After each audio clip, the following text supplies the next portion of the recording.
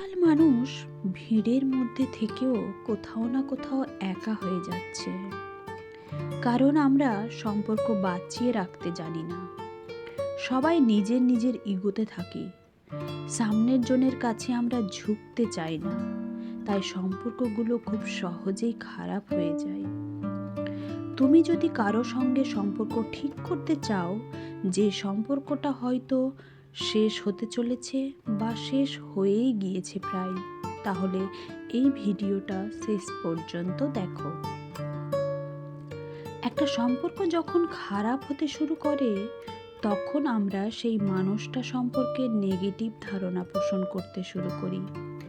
তার খারাপ ব্যবহারটাই আমরা ভাবি, এমনকি আমরা তার সম্পর্কে ফ্রেন্ড সার্কেলের সামনেও তার দোষ ত্রুটিগুলোই আলোচনা করি। তাই সম্পর্কটা তোমার দিক থেকেও নষ্ট হতে থাকে। তুমি যদি সেই মানুষটার সঙ্গে সম্পর্কটা ভালো করতে চাও, তাহলে প্রথমেই তোমাকে তার সম্পর্কে পজিটিভ কথা ভাবতে হবে। তার সঙ্গে কাটানো ভালো মুহূর্তগুলো ভাবতে হবে, তার ভালো ব্যবহার, তার গুণগুলো ভাবতে হবে। তার সম্পর্কে একেবারেই নেগেটিভ ভাবনা স্টপ করতে হবে। তখন দেখবে সেই মানুষটাকে তোমার আবার ভালো লাগতে শুরু করবে। এখন প্রশ্ন হতে পারে, সে তো আমার সঙ্গে খারাপ ব্যবহার করেছে বা অন্যায় করেছে, কিন্তু এখানে তুমি সম্পর্কটা আবার ভালো করতে চাইছো, তাই এই স্টেপটাও তোমাকেই নিতে হবে। সম্পর্ক তৈরি করা হোক আর নষ্ট করাই হোক, দুটোই কিন্তু দুই পক্ষ থেকেই হয়। এক হাতে কখনো তালি বাজে না। সম্পর্ক খারাপ হওয়ার পিছনে তার যতই দোষ ত্রুটি থাকুক না কেন, তোমারও কিন্তু কোথাও না কোথাও দোষ রয়েছেই। তাই তার ভুলগুলো না বের করে তোমার কোথায় ভুল হচ্ছে সেটা খোঁজো। যার সঙ্গে সম্পর্ক ঠিক করতে চাইছো, তার কাছে নিজের ভুলগুলো স্বীকার করো এবং ক্ষমা চাও।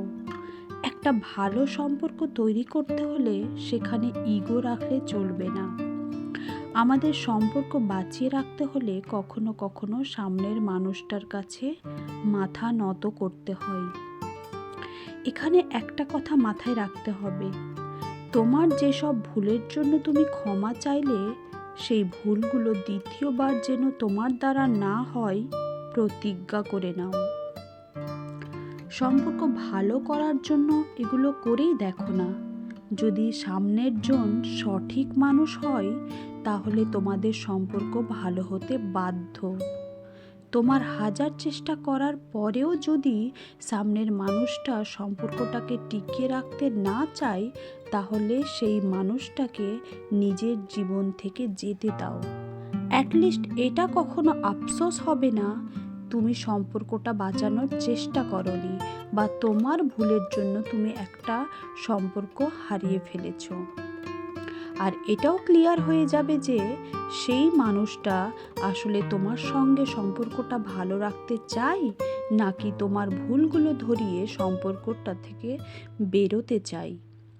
যদি মানুষটা মন থেকে জুড়ে থাকে তোমার সঙ্গে, তবে তোমার এই চেষ্টাগুলো দেখে সেও কিন্তু সম্পর্কটা ভালো করার চেষ্টা করবে। সবশেষে একটা কথা বলি, সম্পর্ক তৈরি করা সহজ, সম্পর্ক নষ্ট করা আরও সহজ। কঠিন হচ্ছে সম্পর্কটাকে বাঁচিয়ে রাখা, ভালো রাখা, সম্পর্কটাকে আগলে রাখা।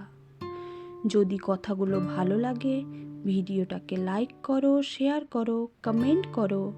চ্যানেলে নতুন থাকলে প্লিজ চ্যানেলটিকে সাবস্ক্রাইব করো। সবাই ভালো থেকো, কাছের মানুষদের ভালো রেখো, সুস্থ থেকো। Thank you.